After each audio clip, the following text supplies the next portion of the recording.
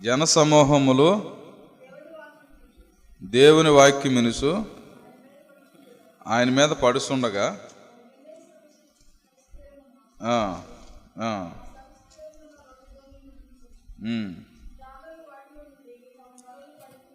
తమ వలలో కడుక్కొనిచుండిరి. ఆయన దోనిలో సీమోనుదైన ఒక దోని ఎక్కి దరి నుండి కొంచెం త్రోయమని అతను అడిగి కూర్చుండి దోనిలోని జనసమూహమునకు బోధించుండెను. ఆయన బోధించట సాలించిన తర్వాత, నీవు దోణిను లోతుకు నడిపించి చేపలు పట్టుటకు మీ వలలు వేయడని సీమోనుతో చెప్పగా, సీమోను, ఏలినవాడా, రాత్రి అంతా మేము ప్రయాసపడుతాము కానీ మాకేమీ దొరకలేదు. అయినను నీ మాట చొప్పున వలలు వేయమని ఆయనతో చెప్పాను. వారు అలాగ చేసి విస్తారమైన చేపలు పట్టిరి. అందుచేత వారు వలలు పిగిలిపోతుండగా వారు వేరొక దోనిలో ఉన్న తమ పాలువారు వచ్చి తమ సహాయం చేయవలనని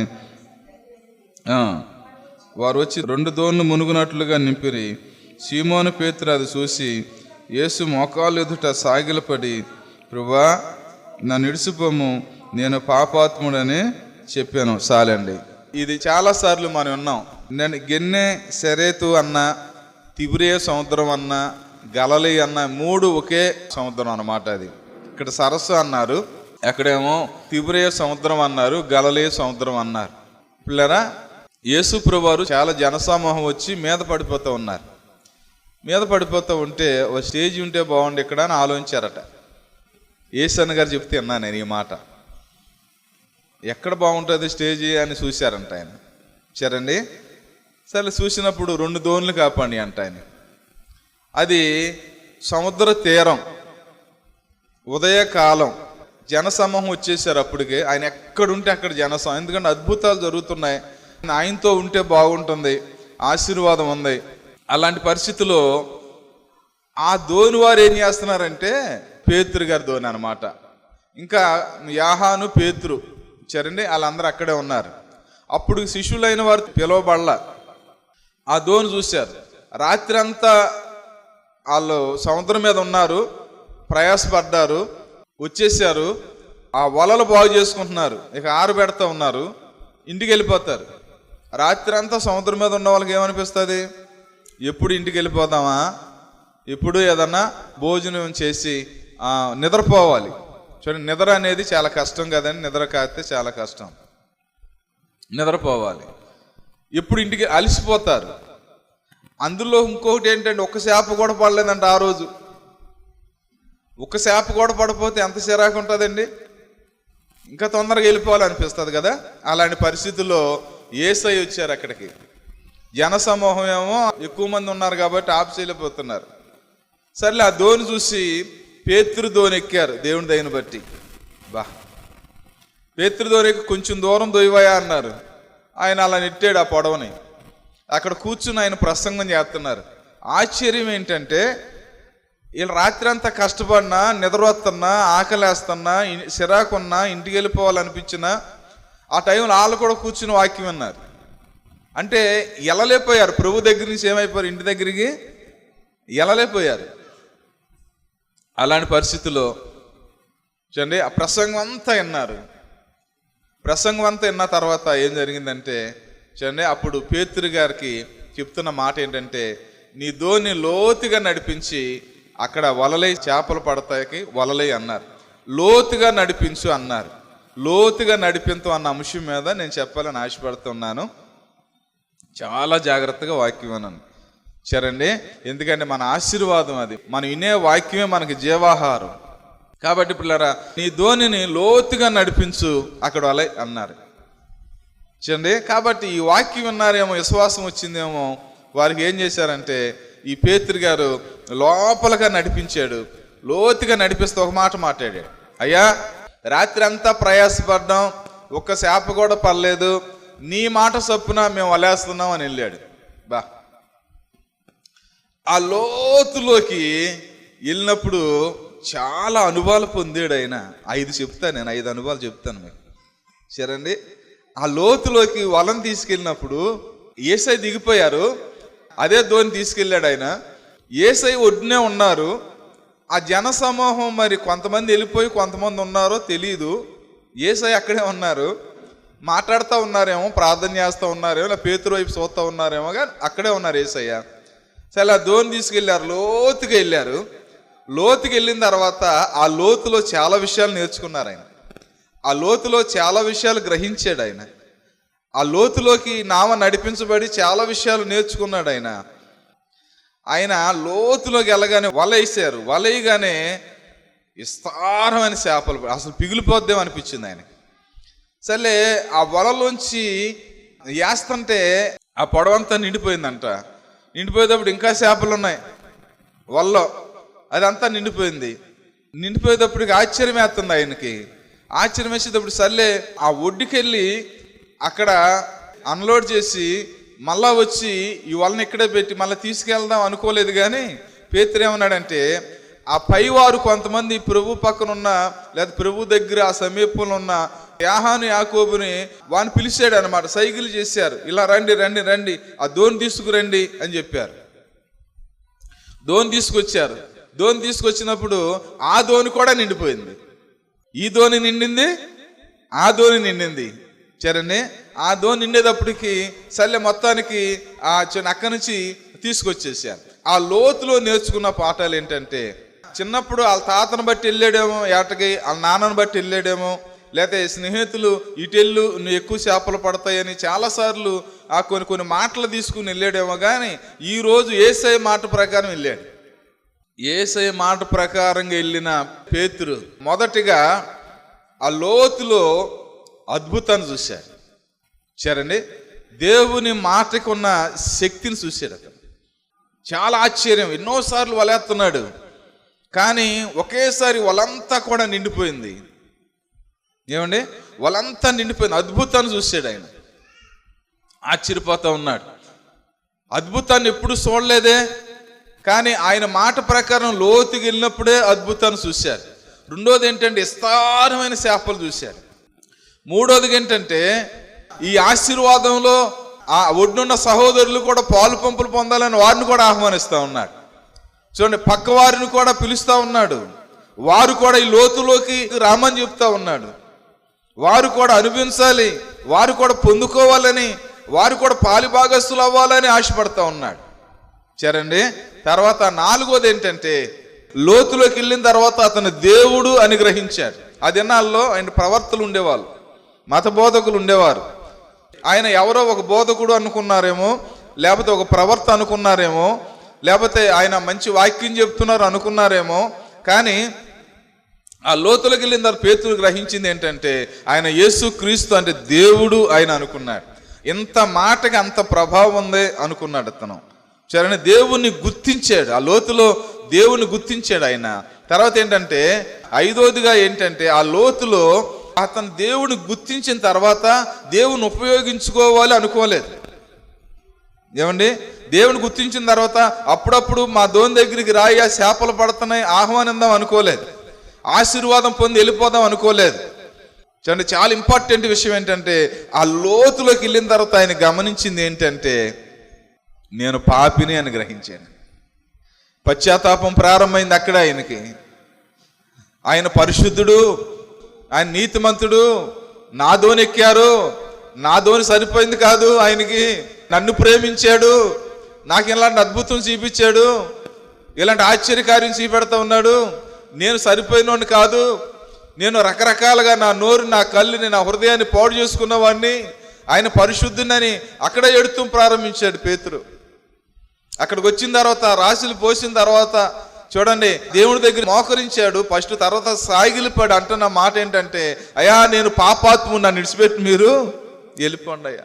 అదేంటి, అన్ని శాపాలు ఇచ్చిన దేవుణ్ణి చూడండి, నేను అర్హుణ్ణి కాదు, నేను పాపాత్ముడిని, వెళ్ళిపోండి అన్నాడేంటి? ఎంత లోతైన పశ్చాత్తాపం వచ్చిందో ఆయనకి తెలుసా మీకు? ఎంత ఒప్పుకోలు వచ్చిందో ఆయనకి.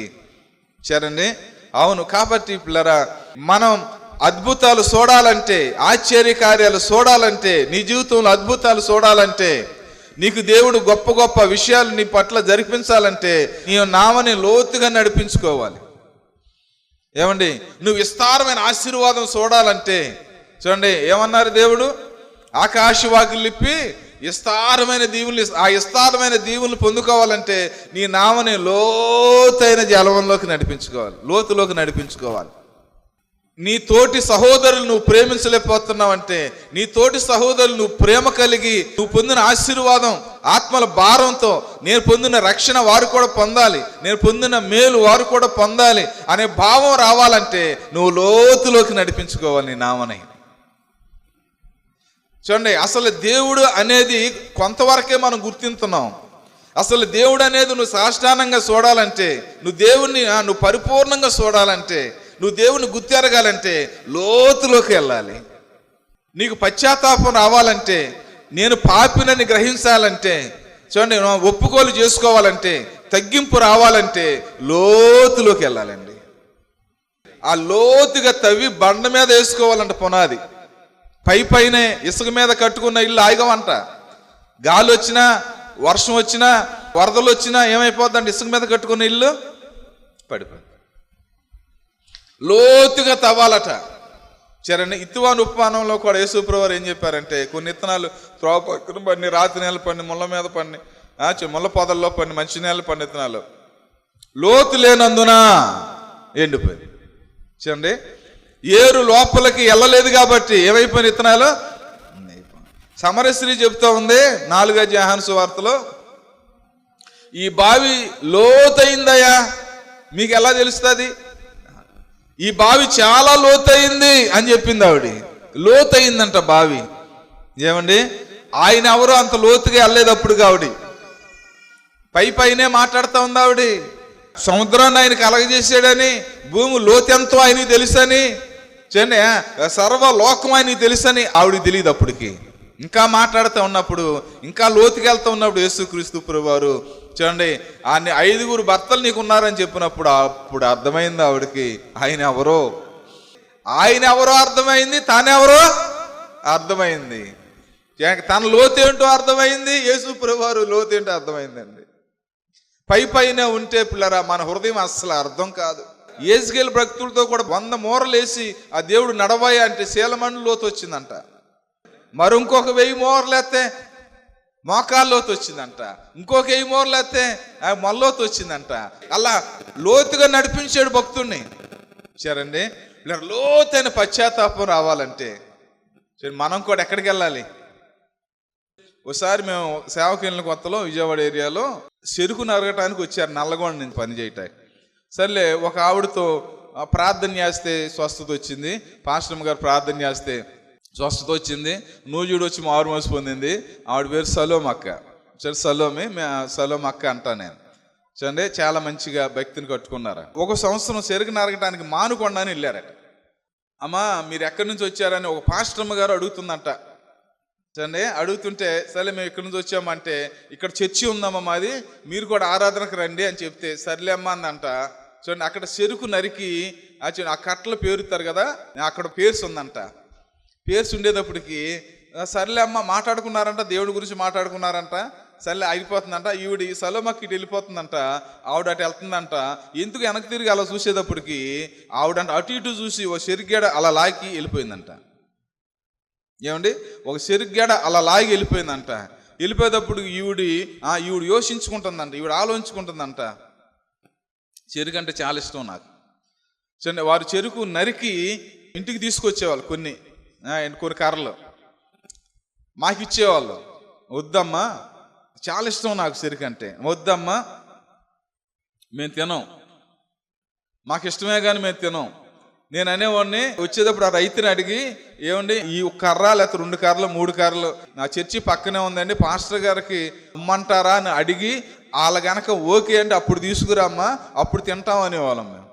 సర్లే, మొత్తానికి అలాగే తీసుకొచ్చేవాళ్ళు. అయ్యా పాస్టర్ గారు పట్టుకెళ్తున్నారు అయ్యా అని పట్టుకెళ్ళమనే వాళ్ళం రైతులు.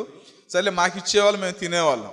అప్పుడు ఈవిడ ఈ దృశ్యాన్ని చూసి అనుకుందంట, అమ్మో అన్నయ్య వాళ్ళకి చూడండి, మన సేవకులకి వీళ్ళకి ఎంత తేడా ఉందే. మేము నరికే వాళ్ళు తెచ్చుకోవచ్చు, అయినా తినేవాళ్ళు కదా వాళ్ళు, అడిగి తీసుకోమనేవాళ్ళు. కానీ మనకి వీళ్ళకి ఎంత తేడా ఉందా? దేవుడు మన సహవాసులు ఇంత లోతైన అనుభవం ఇచ్చాడా? అందుకని అన్నయ్య వాళ్ళు అలా చెప్తారా? ఏమండి, మీరు పైనే ఉన్నంత కాలం మీకేం అర్థం కాదు, అసలు యేసు ప్రభు గురించి అర్థం కాదు. మన జీవిత నావని లోతుగా నడిపించుకోవాలండి. లోతైన జలాల్లోనే, లోతైన అనుభవంలోనే దేవుడు మనకి ఏంటో అర్థమవుద్ది మనకి. ఏమండి, సేవకుల మీటింగులో అయ్యగారు ఏం చెప్పారంటే, ఒక కుర్రోడు వచ్చాడంట, ట్రైనింగ్ పొందే కుర్రోడు అయ్యగారి దగ్గరికి వచ్చారట. అయ్యా, మరి మొన్న బొబ్బాస్గా అయిపోయాడంట. అయ్యా, మొన్న బొబ్బాస్గా, అయ్యా అది కాదయ్యా, మొన్న అందుకితం ఒకసారి గొబ్బరికాయ అని మొదలు పెట్టాడంట. ఇదేంటయ్యా, బొబ్బాస్కాయ అని చెప్పావు, మళ్ళీ వదిలేసి మళ్ళీ గొబ్బరికాయ అన్నావేంటయ్యా అన్నాడంట. ఏమని మొదలు పెట్టాడు? బొబ్బాస్కాయ అని మొదలు పెట్టాడు, మళ్ళీ ఏం తీసుకొచ్చాడు? కొబ్బరికాయని తీసుకొచ్చాడు. ఏంటయ్యా అన్నాడట. ఏంటంటే, అది కాదయ్యా, మొన్న బొబ్బాస్కాయ కింద పడితే ఓ కుర్రోడు తిన్నాడయ్యా, నేను అది చూశాను, అది చెబుదాం అనుకున్నానయ్యా, కానీ ఈ లోపల నువ్వు సంవత్సరం క్రితం కొబ్బరికాయ పడితే నువ్వు తిన్నావుగా అని దేవుడు అర్థం చేసాడయ్యా. మరి నీ వెళ్తే చెప్పుకోకుండా, నీ సంగతి చెప్పుకోకుండా ఆయన గురించి చెబుతున్నావేంటి అని మనస్సాక్షి గద్దించిందయ్యా. కాబట్టి ముందల నాది చెప్పుకుంటానయ్యా. సంవత్సరం క్రితం కొబ్బరికాయ చెట్టు కింద పడిన తర్వాత నేను ఆ కొబ్బరికాయ కూర్చుని నేను దాన్ని ఒలిసి తిన్నానయ్యా, మరి నా తప్పే కదా, నన్ను క్షమించండి అయ్యా. ఆ కుర్రోడు కూడా బొబ్బాస్కాయ తిన్నాడయ్యా అని చెప్పాడట. అయ్యగారు ఆ మాట చెప్తే ఏం చెప్పారంటే, ఆ కుర్రోడు మనస్సాక్షి పనిచేస్తుంది, ఆ కుర్రోడు మనస్సాక్షి పనిచేస్తుంది, సరి చేసుకున్నాడు, త్రోసివేయలేదు. కొంతమందిని అట్టి మనసాక్షిని త్రోసివేసి అని ఉంది బైబిల్లో. మనసాక్షి ఎప్పుడు రైట్ చెప్పుద్ది, మనసాక్షి దేనికి వంగదు అని చెప్తా చూడండి. ఈ సందర్భం చెప్పారు సరేండి. లోతులోకి వెళ్తామంటే అదే. చాలా మంది పైనే ఉంటున్నారు, లోతులోకి వెళ్తలేదు. విశ్వాసం అనే లోతులోకి వెళ్తలేదు, ఆ ఏరు లోపలికి వెళ్తలేదు. ఏమండి, ఆ ఏరు లోపలికి వెళితే తుఫాన్లకి నిలబడద్దు ఆ చెట్టు. ఆ ఏరు ఎంత లోపలికి వెళ్తే అంత ఆశీర్వాదం ప్రభు సన్నిధిలో. ఏమండి, కొంతమంది ఎన్ని సంవత్సరాలు వచ్చినా సరే శీలమన్ను లోతులోనే ఉండిపోతున్నారు. ఏ లోతమ్మా? శీలమన్ను లోతు అంటే నువ్వు చర్చికి వస్తాం వెళ్తాం అంతే. మోకాళ్ళ లోతు అంటే చర్చికి వచ్చి మోకరించి ప్రార్థన చేయటం. ఇక్కడ లోతు అంటే ఏంటంటే పరిచర్య చేయటం, లేదా ఆత్మను రక్షించటం. నువ్వు లోతులోకి వెళ్ళే కొలిది ప్రభు అంటే ఏంటో అర్థమవుద్ది నీకు. ఆ లోతులో అర్థమైంది. ఎన్ని సంవత్సరాల్లో పేతురికి మనకు తెలియదు కానీ చూడండి, ఒకవేళ 30 సంవత్సరాలు 10 సంవత్సరాలు అనుకోండి, 30 సంవత్సరాలు, ఈ 30 సంవత్సరాల జీవితం ఏంటో అర్థమైంది ఆయనకు లోతులోకి వెళ్తేనే. మారు మనసు అంటే ఏంటి, రక్షణ అంటే ఏంటి, కూర్చుంటాం అంటే ఏంటి, పాపాలు ఒప్పుకుంటాం అంటే ఏంటి చూడండి అని అంటా ఉండేది ఒక ఆవిడ్ని. సర్లే వెళ్ళి తీసుకెళ్తే అక్కడ కూర్చుంటే ఆవిడ ఒప్పుకుంటుంటే ఆవిడకి అర్థమైంది లోతు అంటే ఏంటో. అక్కడ కూర్చుంటే అర్థమైంది, తన హృదయాన్ని నిప్పుతుంటే అర్థమైంది. ఆ బాల్యకాలం ఎలాగుందో, యవన కాలం ఎలాగుందో, తన జీవితం ఎలాగున్నాయో, నోటి మాటలు ఎలాగున్నాయో, చూపులు ఎలాగున్నాయో. నేను ఎవరితో శరీర సంబంధం పెట్టుకోలేదు కానీ నా హృదయం ఎంత పాడైందో చెప్తుంది ఆవిడ.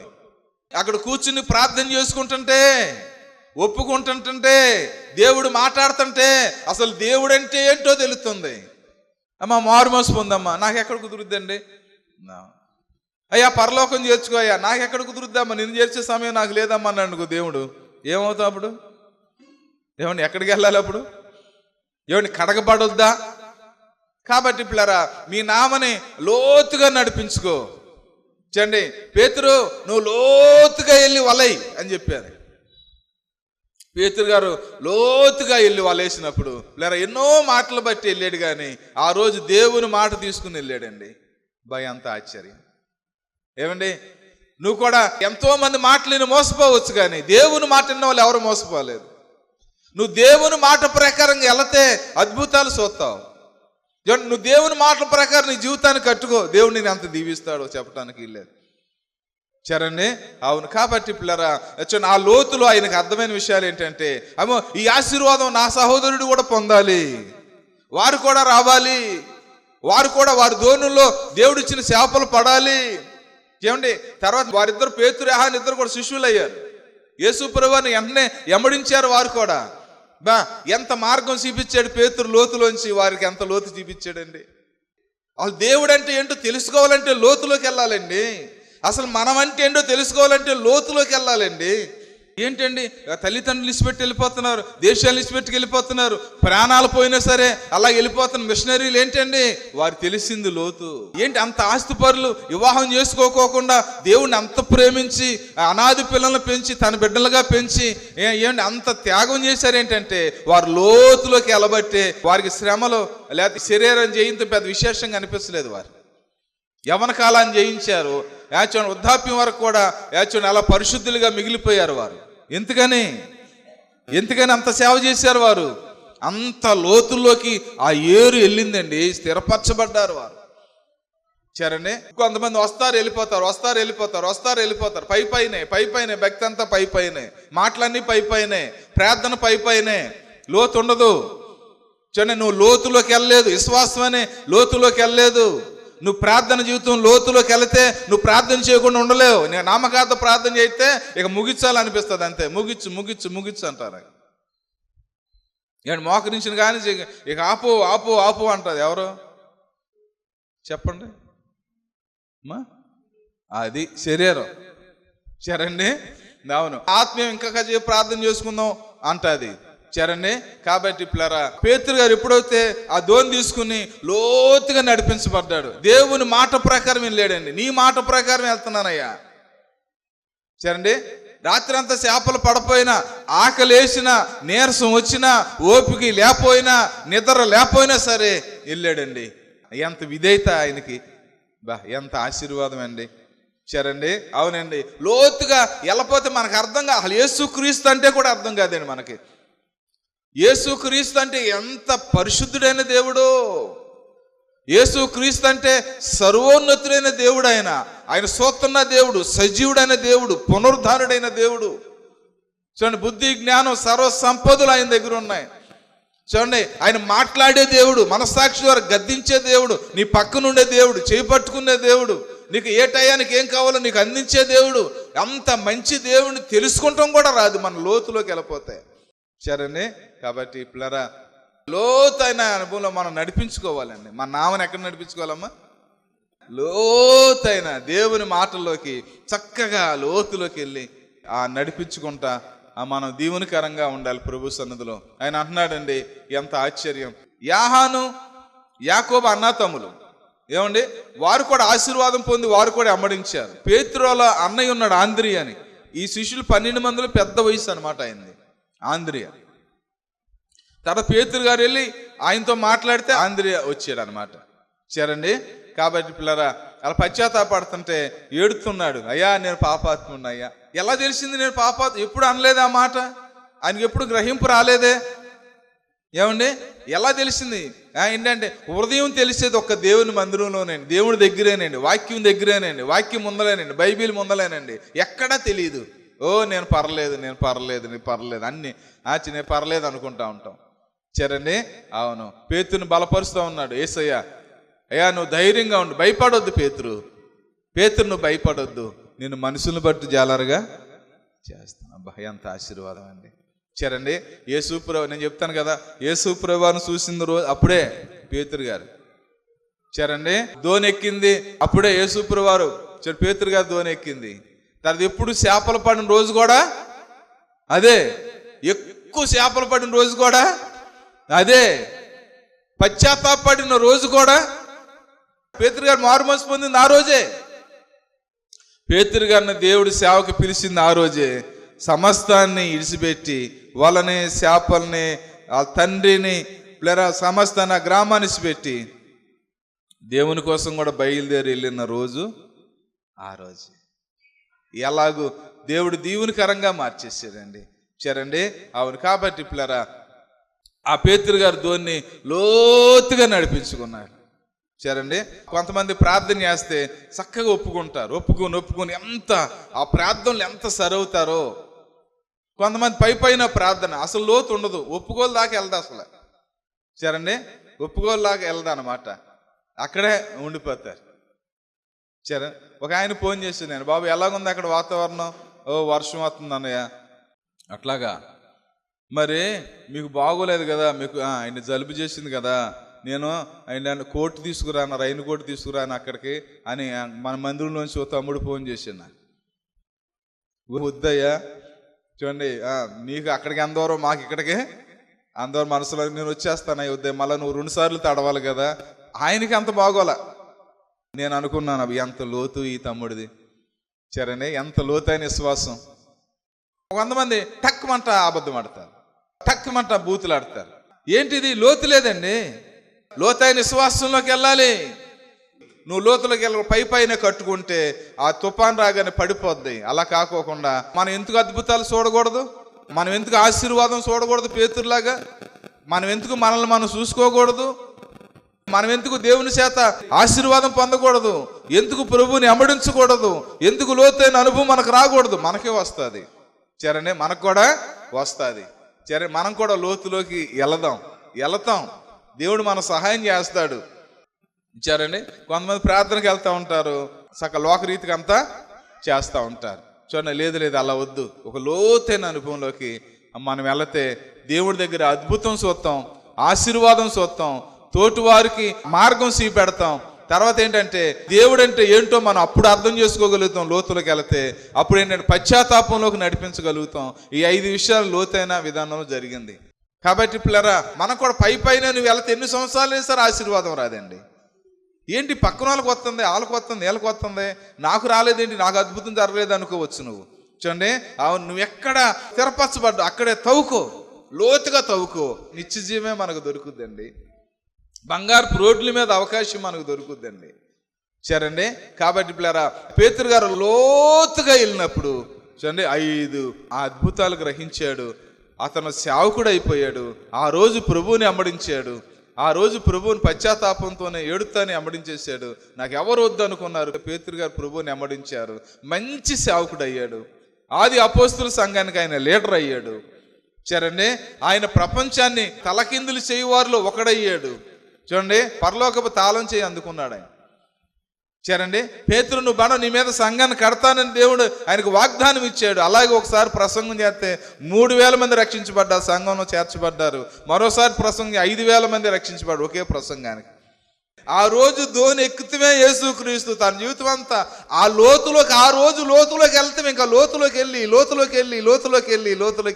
తన జీవితం అంతా కూడా ఆశీర్వాదకరంగా, ఎక్కడ చేపలు పట్టుకునే ఆయన, సముద్రం మీద బ్రతికే ఆయన, పరలోకంలో ఎంత పేరుంది ఆయనకి, సరేండి. లోతులోకి వెళ్ళబట్టే కదా, ఆ నామాన్ని నడిపించుకోబట్టే కదా. అవును, మరి నువ్వు కూడా లోతులోకి వెళ్తావా? లోతైన ప్రార్థన చేస్తావా? లోతుగా బైబిల్ చదివి ధ్యానిస్తావా? చూడండి, లోతుగా నువ్వు సువార్తను ఆలోచిస్తావా? యేసుక్రీస్తు అంటే తెలుసుకుంటావా? నువ్వు లోతైన ఒప్పుకోల్లోకి వెళ్తావా? గొప్ప అద్భుతాలు, ఆశ్చర్యకార్యాలు చూస్తాం మన పిల్లరా. మనుషులు దీవించేది కాదు, చిన్న దేవుడి దగ్గర గొప్ప దీవులు ఉన్నాయి. అవన్నీ నువ్వు సంపాదించుకోగలుగుతావు. చిన్న ప్రార్థన చేసుకుందాం పిల్లరా. మీరు వాక్యం విన్నారు కదండి. ఈ వాక్యం మీలో ఫలించలాగున, ఈ వాక్యం మిమ్మల్ని నడిపించలాగున నేను ప్రార్థన చేస్తాను. ఆ తర్వాత మీకు ఎవరికైనా అనారోగ్యంగా ఉంటే మీ చేతులు ఎక్కడ అనారోగ్యం ఉంటే అక్కడ పెట్టుకోండి, లేదా తల మీద అయినా పెట్టుకోండి. మీరు విశ్వాసం ఉంచండి ఈ ప్రార్థన మీద. నేను విశ్వాసంతో ప్రార్థన చేస్తాను. మీ విశ్వాసం మా విశ్వాసం గొప్ప కార్యాలని దేవుడు, స్వస్థత కార్యాలను దేవుడు నడిపిస్తాడు. చిన్న ప్రార్థన. పరిశుద్ధైన మా తండ్రి, ప్రేమగల ప్రభువా, దయగలిగిన మా తండ్రి, మీకు వందనాలు, స్తుతులు, స్తోత్రాలు అయ్యా. ఈ మాటలన్నీ కూడా వారి హృదయాల మీద పనిచేయటానికి, వారిని నడిపించడానికి, వారిని విమోచించడానికి సహాయం చేయడాడి మీకు వందనాలు నాయన. ఎవరైతే చేయి పెట్టుకున్నారో వారు మీ చేయి పెట్టి నాయన, మీరు పొందిన దెబ్బల చేత మా స్వస్థత కలుగుతుంది నాయన. నీ వస్త్రపు చెంగులో స్వస్థున్నది, మీ నోటు ఉమ్ములో స్వస్థున్నది, మీ నోటు వాక్కులో స్వస్థుంది ఏసయ్యా. ఎవరైతే అనారోగ్యంగా ఉన్నారు మీరు మీ యేసు నామములు ఇప్పుడే స్వస్థపరిచిన ఆయన. అయ్యా, మా దగ్గర ఇండి బంగారం లేవు కానీ మాకు కలిగిందే నీకు ఇచ్చిస్తున్నావు నజరేయుడైన యేసు నామంలో నాయన. వారు పేతురు ఆహాన్ని ప్రార్థించినప్పుడు ఎలాగో పుట్టుకుంటూ వాళ్ళు వేసాడు ప్రభా. మీ నామంలో శక్తి ఉందయ్యా, మీ నామంలో శక్తి ఉందయ్యా, మీ నామంలో విడుదల ఉందా, మీ నామంలో స్వస్థత ఉందయ్యా నాయన. ఇగో నాయన బిడ్డలను స్వస్థపరిచి ఆరోగ్యం చేత నింపండి, గొప్ప రక్షణ బిడ్డలకు దయచేయమని, ఈ కుటుంబంలో శాంతి సమాధానాలు దయచేయమని మా జీవత్పతి నేసే పాదం దగ్గర సాగిలపడి అతి వినయంతో అడిగి వేడుకుంటున్నాము తండ్రి. ఆమేన్, ఆమేన్, ఆమేన్. మంచిదండి పిల్లరా. మీ ఇంకా ప్రార్థన అవసరం కావాలంటే మా ఫోన్ నెంబర్లకి మీరు ఫోన్ చేయండి, మేము అందుబాటులో ఉంటాం. మంచిదండి. మా అడ్రస్ LAF బెతెస్దా ప్రార్థనా మందిరం, స్విమ్మింగ్ పూల్ రోడ్, సర్కర్ తోట, మచిలీపట్నం, ఆంధ్రప్రదేశ్, కృష్ణా డిస్టిక్.